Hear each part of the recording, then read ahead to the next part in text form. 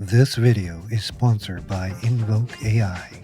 Well, hello, good people. Today I wanted to go over some simple image-to-image techniques that you can utilize with some simple drawings. So whether you have no artistic skill or even if you're an advanced artist, these simple concepts can be applied to your own artwork. So first off, what we're going to do is come up to the Layers tab, and we're simply going to add a raster layer. And then on the side panel, we're going to make sure that we select the rectangle, and we'll leave the color at white for now. And we're just going to create this background.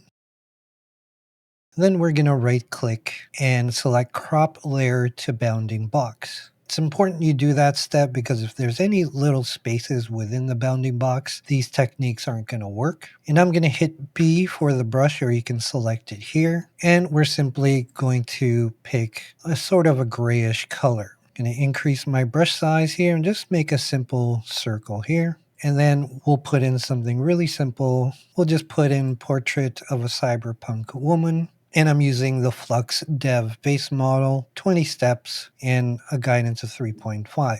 Now what I'm going to do here is do a high denoising strength of 0.8.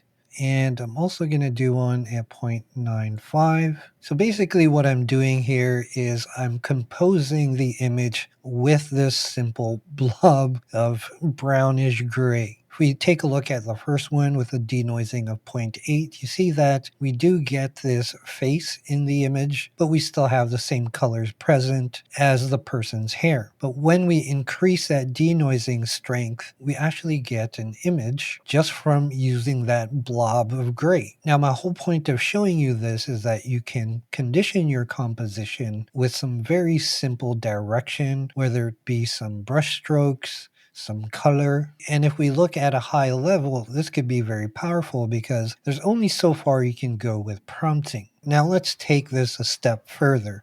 And what I'm going to do is create a very simple logo. I'm going to do my best to make this round.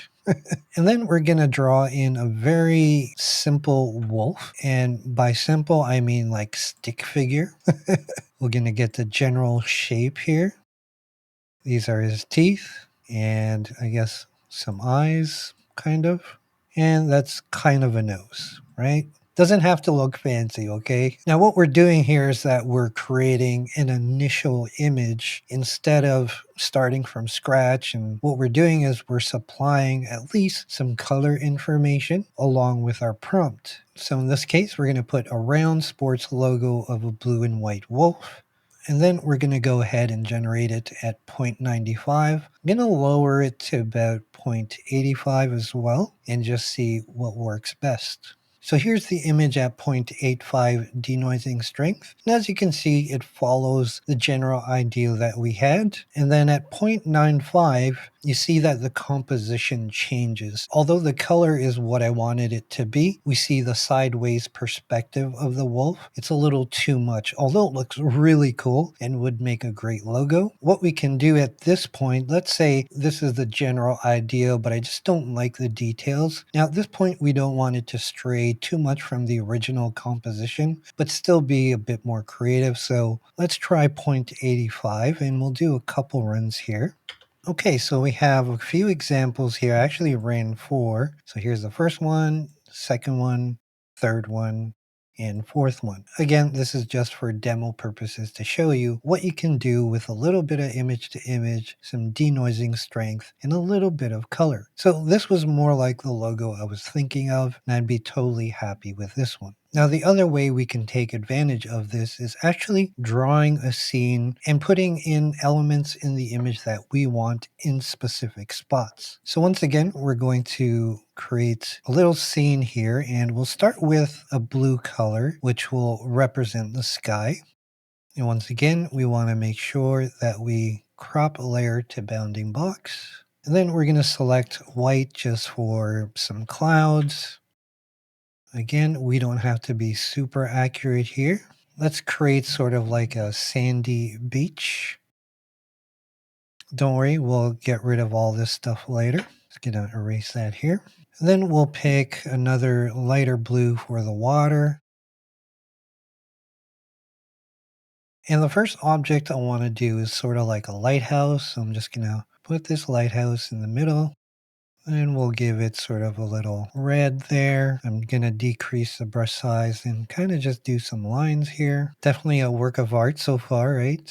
Then we're going to pick sort of a darker brown. Kind of do like an island around the lighthouse here. Nothing too fancy. Maybe some rocks. Now, when it comes to the colors, you don't necessarily need accurate colors. Okay, let's do another crop layer to bounding box just to get rid of all the imperfections on the side there. There we go. And in the prompt, you want to describe what you've drawn. So in this case, I put a lighthouse in the middle of a wavy sea on a sunny day with a beach with rocks on the foreground. I'm going to do 3 different denoising strengths. We'll go 0.7 for this one, 0.85 for the next one, and then 0.95.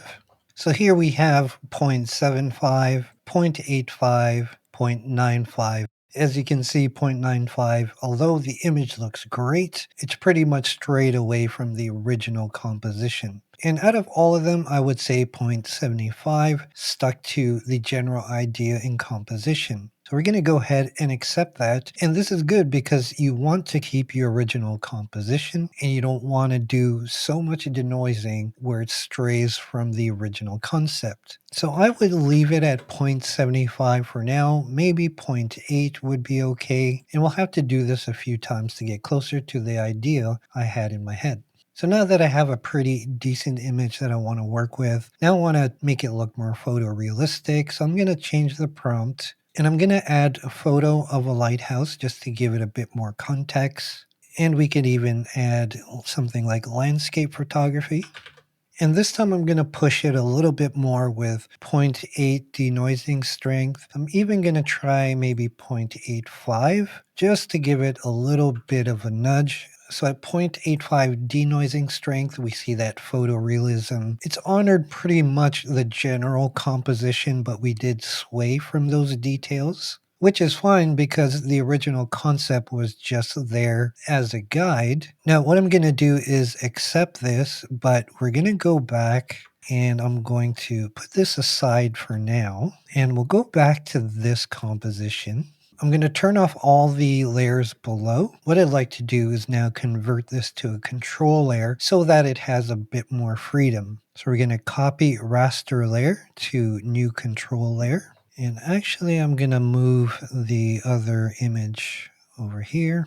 And we're going to use the control union depth. Then we're going to use depth anything for the preprocessor. Since I want the model to have more creative freedom, I'm going to only put the weight at 0.6 for the depth and the begin and end step at 50%. And this should still honor the basic composition, but give it more of a photorealistic image. And there you go. Now it's a tiny lighthouse and there's some weird stuff happening here, but you get the general idea. The other generations, I did do a few more. They were close, but not exactly what I was looking for. And these two, although they look great, still had that kind of 2D artistic style as well. And that has a lot to do with the prompt, and perhaps we could have did some regional guidance. But the whole point of this exercise was for you to understand that you don't have to be limited to prompting. You can utilize simple drawings, controlnet, and all the other tools within Invoke AI to condition the image that you want. Now, part 2, I'm going to go over more complex techniques using the same method, but just to get more specific details. And if you are an artist and you have drawings that you want to color, or you just want to bring them to life using AI, this is a great method for that as well. Now, if you happen to be new to Invoke AI, make sure you check out these videos right here. Until the next video, my friends, I'll see you when I see you.